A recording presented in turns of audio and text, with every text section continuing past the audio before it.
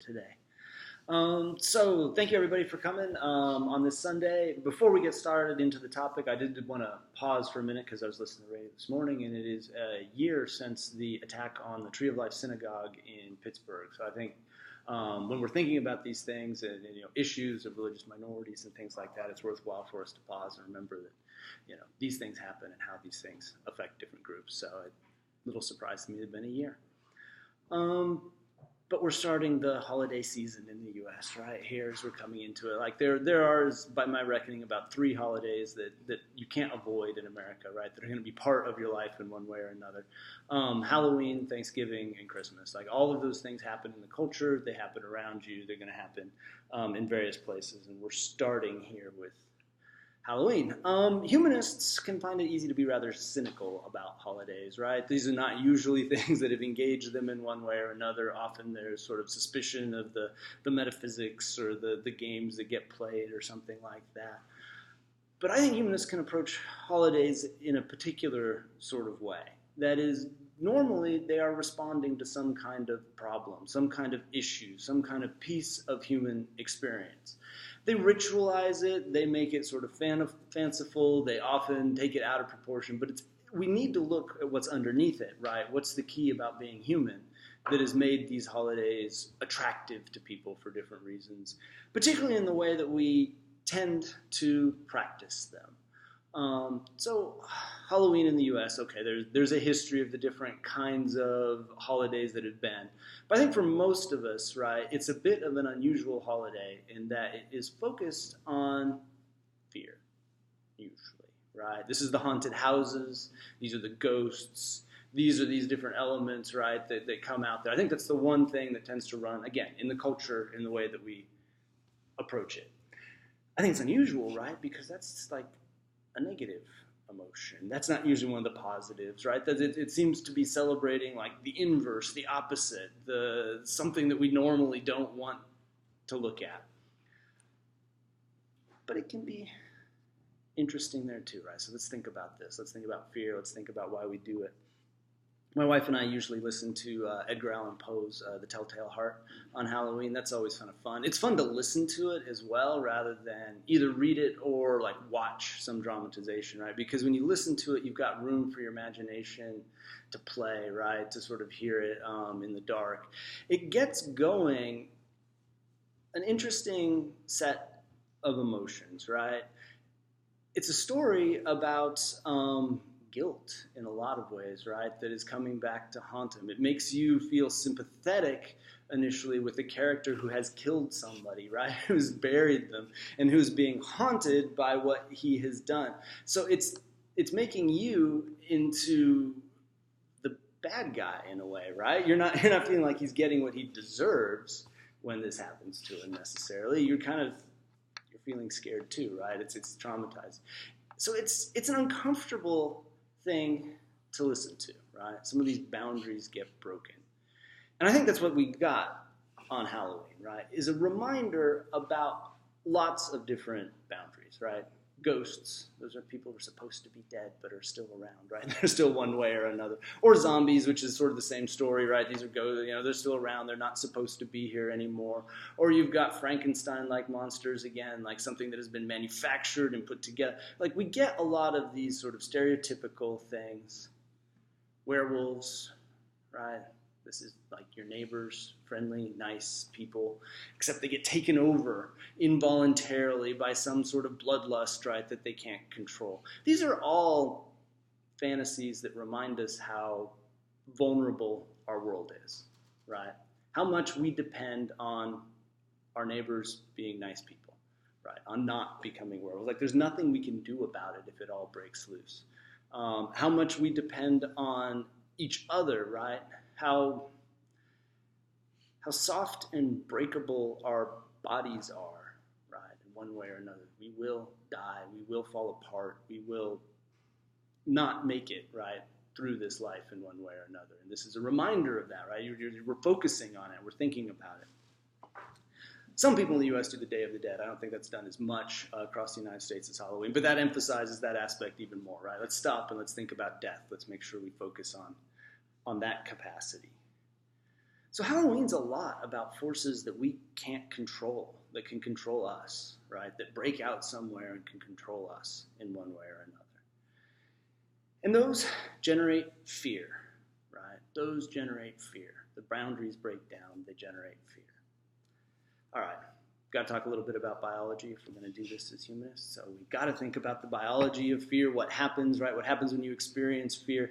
Your body kicks in, right? Fight or flight is what biologists usually talk about, right? Fight or flight.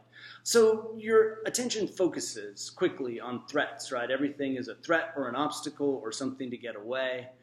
If it's immediate, fear is like something right there. It spurs us to action. Sometimes before we even think about it, right? You jump, you move, you bounce. If it's remote, it tends to make us like risk averse and cuddle down, right? Like this thing's coming far away. We want to sit at home. We want to hide. We become inactive, right? Stressed. Fear creates more fear. That is, if you are feeling the agitation of fear, you're much more likely to interpret every next thing that happens as a possible threat. It builds on itself.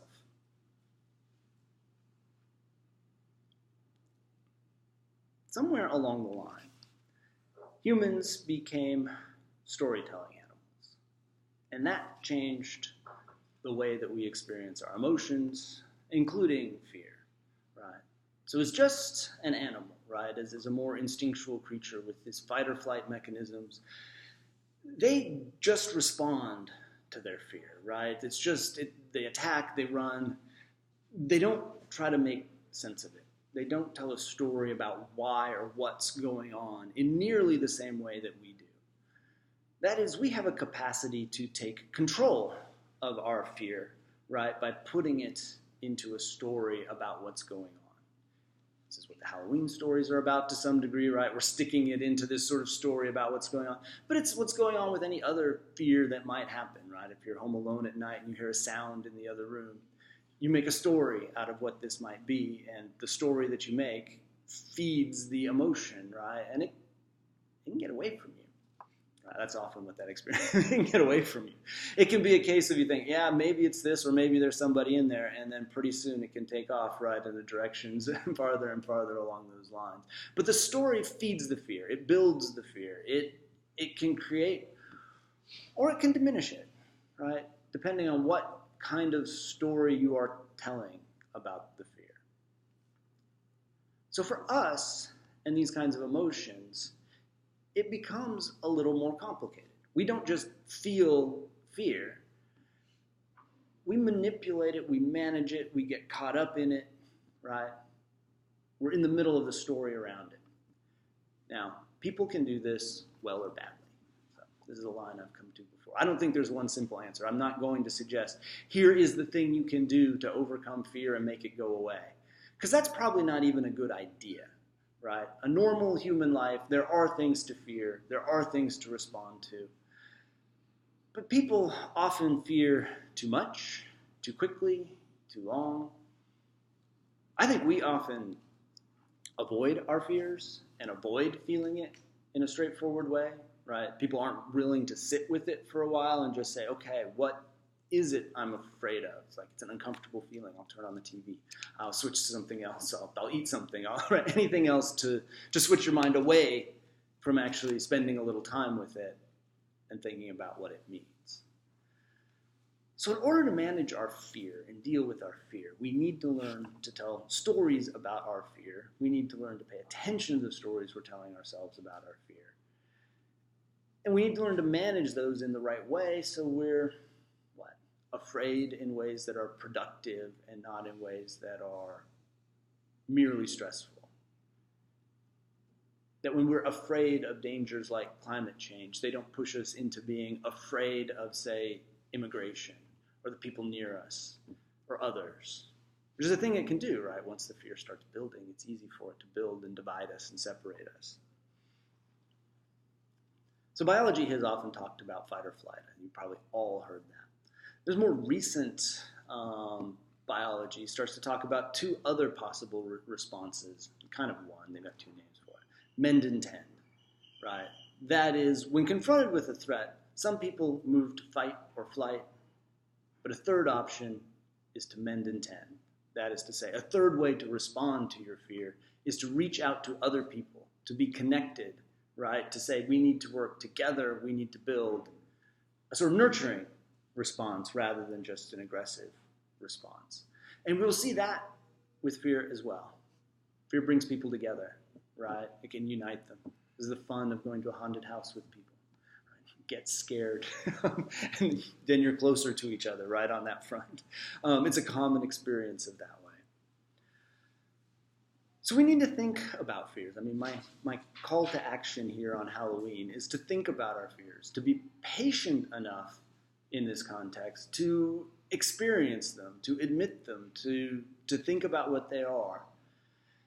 And then think about the stories that we're telling ourselves about those fears. Like, what is it that we're saying that makes us afraid? What is it that we're telling ourselves in order to make ourselves feel safe? I should emphasize that too. That can be bad as well, right? If you feel like, you're telling a story about how at least I'm not like those other people who suffer from this illness or that problem or something like that, in order to eliminate your own fear, that can be trouble too. So what are we telling ourselves about our fear?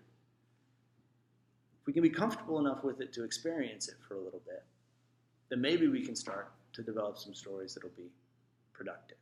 So that to me is what Halloween is about, right? It's fun, there are various other things, but it is actually a moment for us to start to pay a little attention, to tell some somewhat goofy, somewhat scary, right, stories about the things that scare us.